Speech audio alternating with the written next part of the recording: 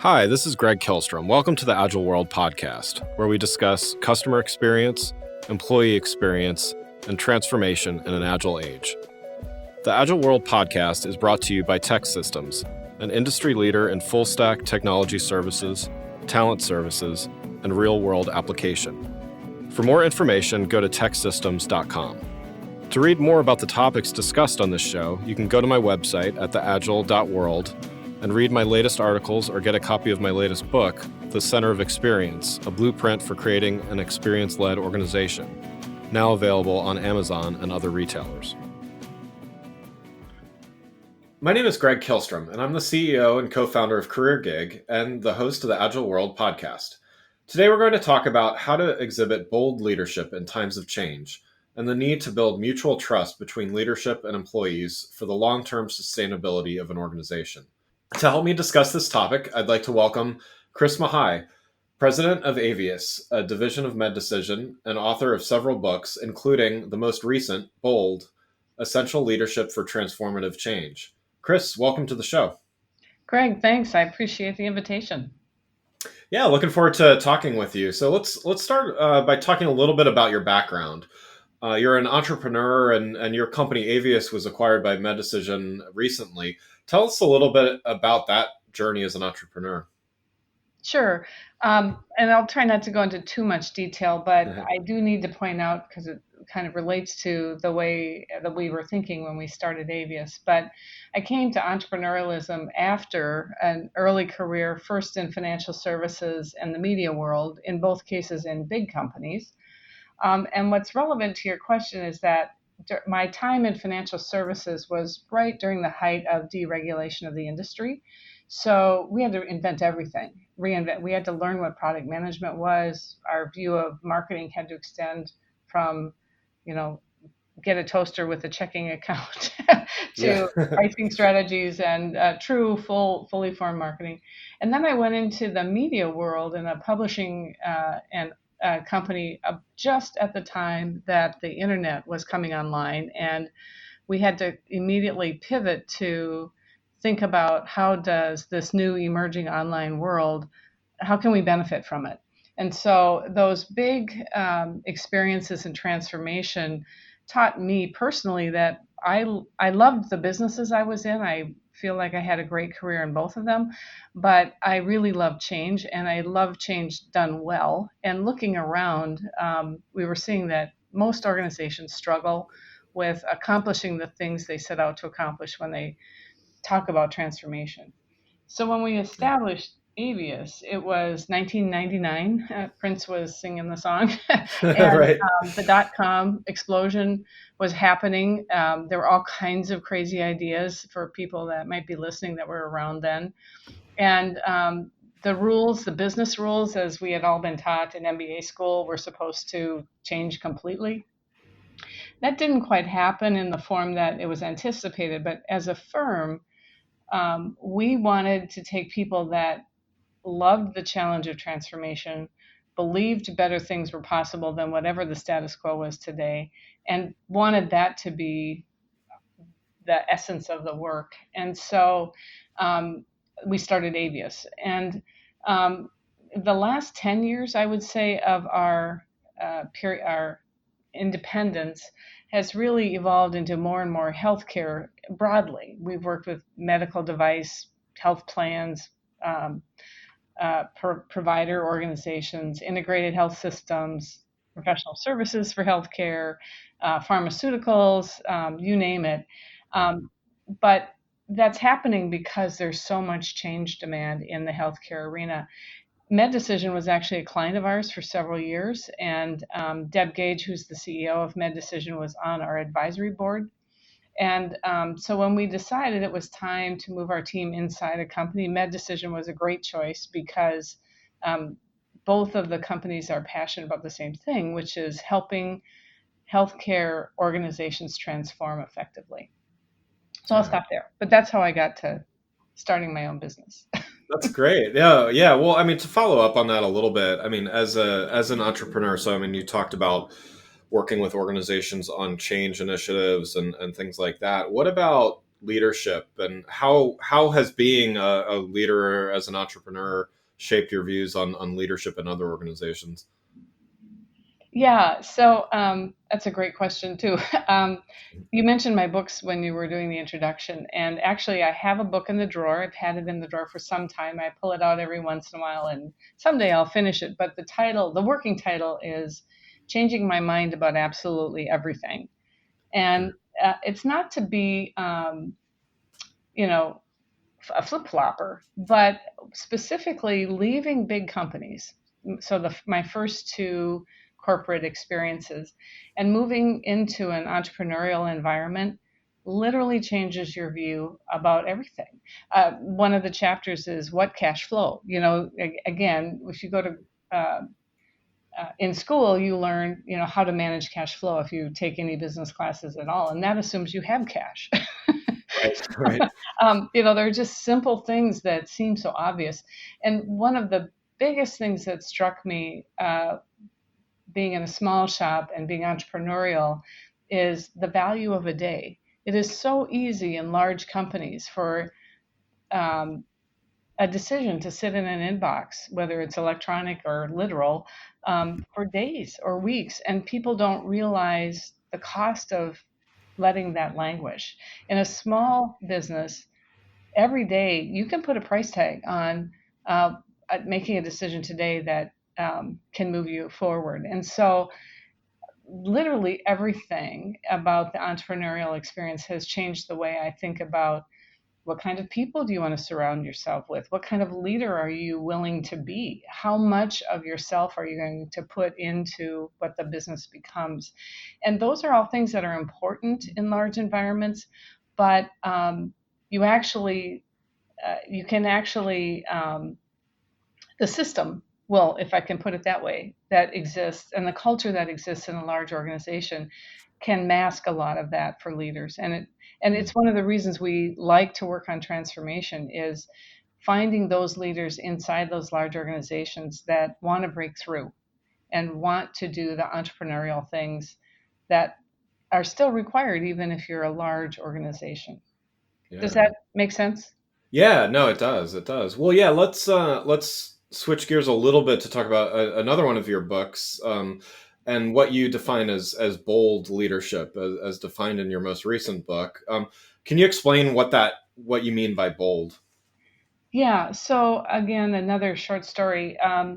We hit our 15th anniversary in 2014, and at the time there were four partner owners. I was the managing partner throughout, and we were sitting around celebrating and drinking champagne. And I asked what I thought was kind of a benign question, which was, when was our work fabulous? Not just good, not just great, but really out of the park, fabulous. And being consultants, we got out our whiteboard and we jotted down, what does fabulous mean? And of course, the first thing had to be the client got more than they expected. They were able to transform more effectively. They got bigger results. They grew faster, whatever the decisions were.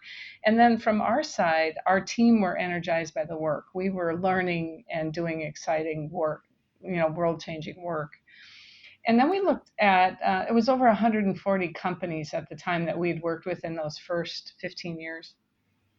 And we only picked 12 that we thought were fabulous. We thought we did very good work. We get really high scores when we ask our customers to rate and refer us. So we have really good CSAT and NPS scores, whatever measure you want to relate to. Yeah. But in our own minds, only a dozen were fabulous. And so my next question was, why? And we looked at, are we better at solving some problems? It wasn't that. Is it that Right. businesses that put more resources on problems are more successful? It wasn't that. And what we found is that in all of the fabulous examples, the really successful examples, there was a person who was different, who had these rare characteristics that allowed them to accomplish things that others either don't or don't even attempt. And so we went on this journey to find um, bold leaders because we wanted to work with more of them, frankly, Yeah. Yeah. selfishly. And so the definition of a bold leader is pretty simple. It's someone who thinks and acts beyond the existing organizational limits, is imaginative, and is willing to take risks to get rewarding results. I would add to that, in our experience, they are also, they know they don't have all the answers, and they are willing to take outside counsel because they value a change in perspective.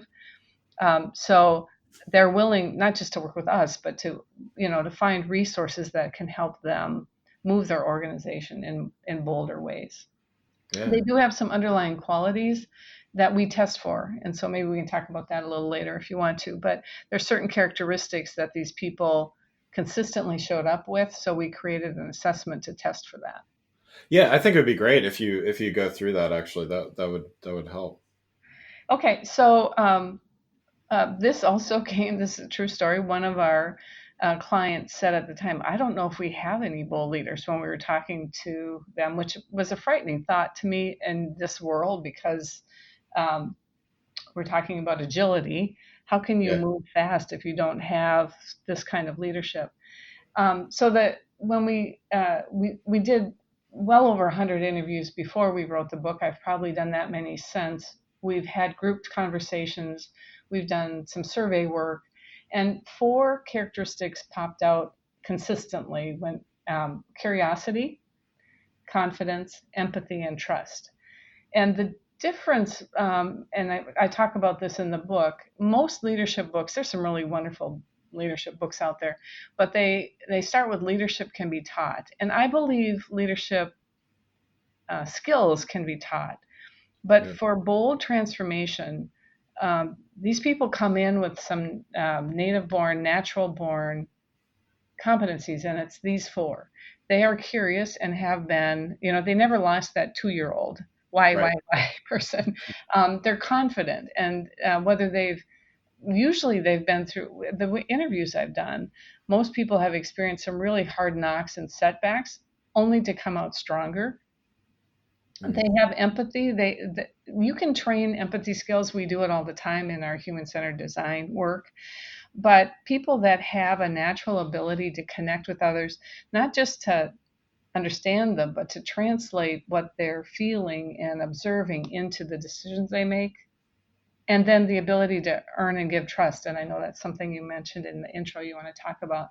But trust is fundamental to, um, you're never going to change an organization single handedly. So you've got to bring people with you. And the only way you bring people with you is to build authentic trust. Yeah. Yeah. Well, you recently wrote a white paper about demonstrating bold leadership during times like those that we're living in, during a global pandemic. How does bold leadership, does it look differently? Are different things required in it? What are the special things to keep in mind during a time such as what we're living in? Yeah, I think this has been a difficult year for everybody. I think, All right. and in every business, and certainly working with healthcare organizations struggling to figure out what the rules are as the COVID guidance has evolved, struggling to serve their communities, take care of their healthcare workers. And we've seen a real range of response, everything from um, organizations that literally furloughed and hunkered down to do as little as possible and to manage expenses became the priority um, first. To other organizations, I know one that they decided literally overnight to go completely virtual in all their care, and within 24 hours had equipped all of their care providers to be virtual with all of their member patients. Mm. That's bold to say Yeah. we can't wait. We have to move, and you're seeing that even on Main Street. I think there are certain people that in a crisis rise to the occasion, and you see this in right down the block from where I used to live. One of the chefs rallied a whole bunch of chefs in town to start making food for food banks, And you see people converting small manufacturing plants to make PPE. Those are bold leaders who are saying that, don't be, they have the confidence to say, we're going to get through this and we're going to do things differently. And when we come out the other side, we're not going back, we're going forward. And there are just a million examples that are probably on the news every night. But you literally see the spectrum of people sheltering in place to the point of, they're almost incapacitated, to the people on the other extreme who become uber innovators. Right. Yeah. Well, one more question on this line of thinking. So you talked about what bold leadership is for organizations that either you start working with or that are someone listening to this podcast. What's a good way to get started? Like where do you start when you want to make this kind of transformation? Yeah. Well, I think Jim Collins wrote about this. Lots of people have written about this, but we're in the most basic sense, we're talking about putting the right people in the right seats on the bus, right? Right. So there are lots of great leaders who are highly competent because they work effectively in the status quo. They are not the people that are going to lead you through transformation. And very often organizations make the mistake of, here I have, John or Sally, my high performers. They're high performers in the current environment. And then we put them on a task and we're disappointed that they failed. Well, they failed because they don't have that creative curiosity to break through the status quo and change it. So the first place I tell organizations to start is define what you need to accomplish in the transformation, and then literally assess people. In the book, we give people, here's a handful of questions you can ask, and you can immediately say, is this person bold or not? Are they capable of transformation or not? You can also put people through the free online assessment we have, but start by matching the person to the task, and not sort of a political process. The other thing I see organizations do that is a huge mistake, and when you're talking about agility, they let the politics of the organization or the structure of the organization make a transformation become representative government. And that just frankly doesn't work. The people who are assigned to those roles usually come in with a protect my function orientation, not a let's reinvent the organization orientation. So the place to start is, what's the task?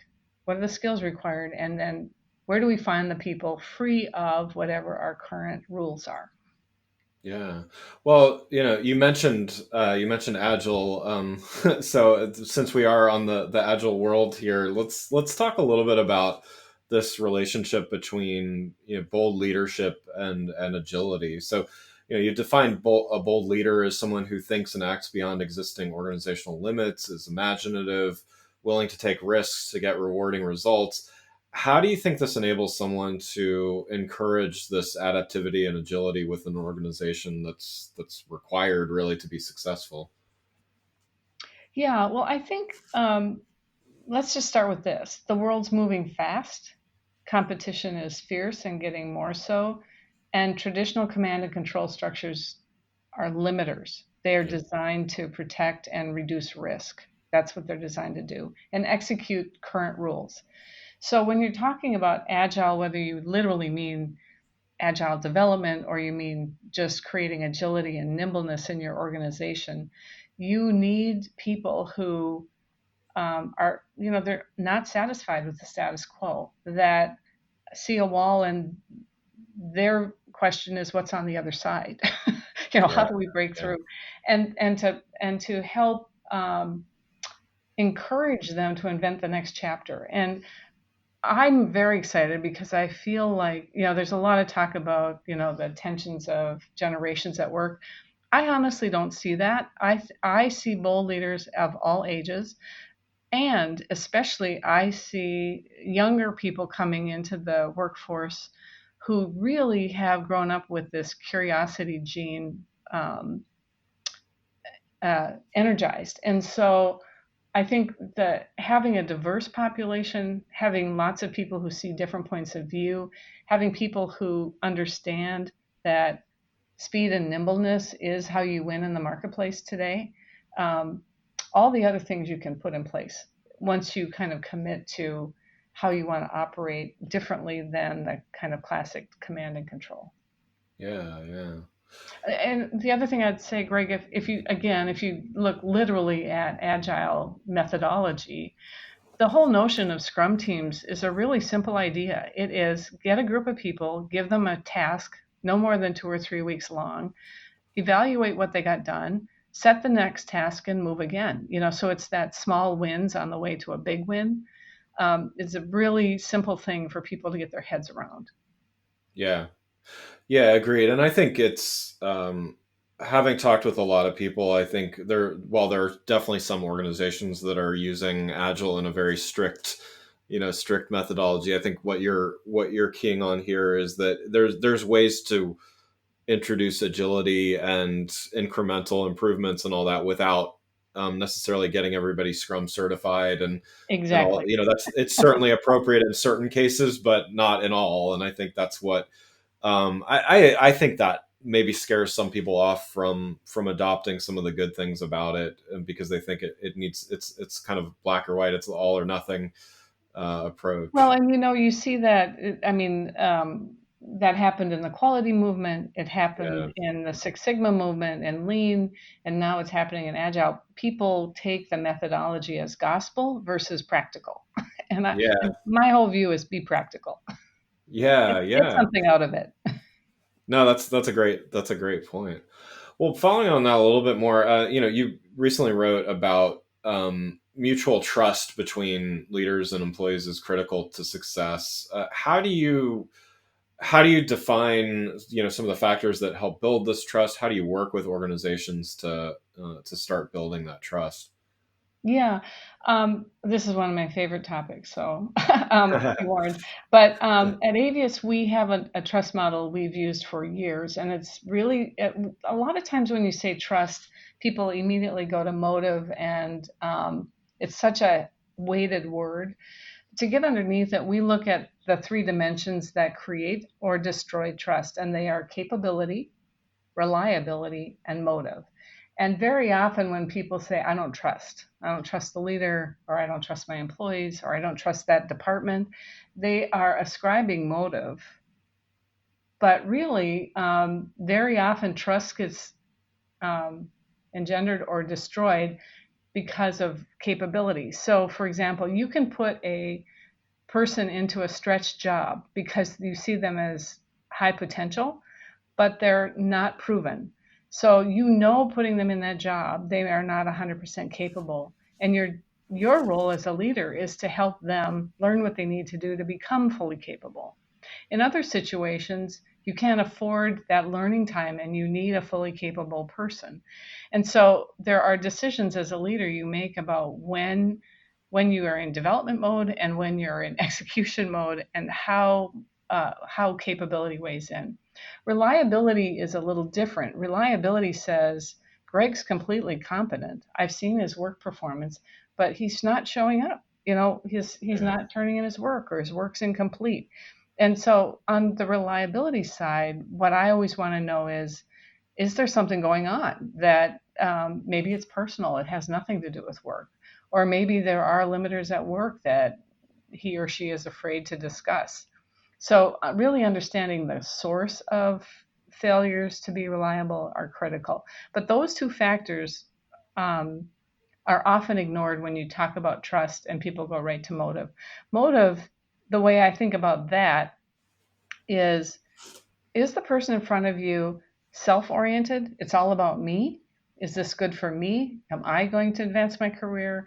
Will I get my commission? Will I? yeah, Some of those things are legitimate, but if that's all consuming, that person's motivation is going to turn off other people.